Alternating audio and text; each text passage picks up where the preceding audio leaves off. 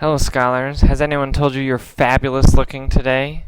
Well, they should have, because you're looking fabulously at this fabulous video. You're looking at it, so you're like the way you're looking is fabulous, like you with your eyes. Okay, forget it. So this is our last video to review 4C and 4D before our our little kickback of knowledge, because it's not really like a full celebration, it's just like a little one, right? So we are definitely going to do better. So I'm excited to see us do better. And I'm just going to do 2 quick problems for practice, and then you're on your own as far as rewatching videos, looking over notes, homework, old exams to review for these standards. So here we go. Here is one for 4C. First thing we do is we annotate. If a monkey sits on a balloon, that's a typo, on a 1.5 liter balloon that starts at 1 atm, decreasing the volume to 0.5 liters, what is the new pressure? It tells us nothing about temperature, so we're going to assume we have a constant temperature. So after I annotate, I want to collect my variables. So I have V1 equals 1.5 liters, P1 equals 1 atm, V2 equals 0.5 liters, and P2, we don't know what it is, so that's a question mark. Alright, and then before I even calculate anything, I recognize this is Boyle's law because it's volume and pressure, and I know that the graph has this shape, so that if my volume's going down, that would be going this way. So my pressure should be going up. So my P2 should be higher. If it doesn't end up higher, I've probably done something wrong. Okay, so I have my combined gas law equation.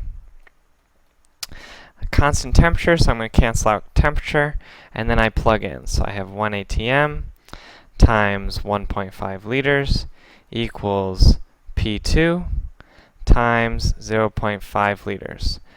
Now, I don't need to cross multiply because my variable's not in the bottom. If it was in the bottom like this, I would have to cross multiply, but it's not. So I just have to do the opposite of whatever's currently happening. So currently, I have 0.5 liters being multiplied, so I'm going to divide by 0.5 liters to both sides. So that cancels out entirely. It gives me 1 on top, 1 on bottom. My liters divides out, and then 0.5 goes into 1.5 3 times. 3 times atm is 3 atm equals P2. And so yes, my pressure went up, so this makes sense. Let's look at this one, which is a quick review problem for 4D. Annotate first. If a tank of gas at STP, I know STP is 1 atm and 0 degrees Celsius. And there's a whole bunch of other units that it could be, but those are the most common ones. If a tank of gas at STP holds 1.7 moles of gas, how many liters must the tank be? So I know that when you're at STP, if you have 1 mole, that's 22.4 liters. So now I've got 1.7 moles, so I just need to convert basically. So I'm going to multiply by a conversion factor. Moles goes on the bottom to cancel, liters goes on the top, and I know that at STP, and only at STP, 1 mole of gas is 22.4 liters. So moles cancels, and then you just do your calculation essentially, which I'm sure you can do the math.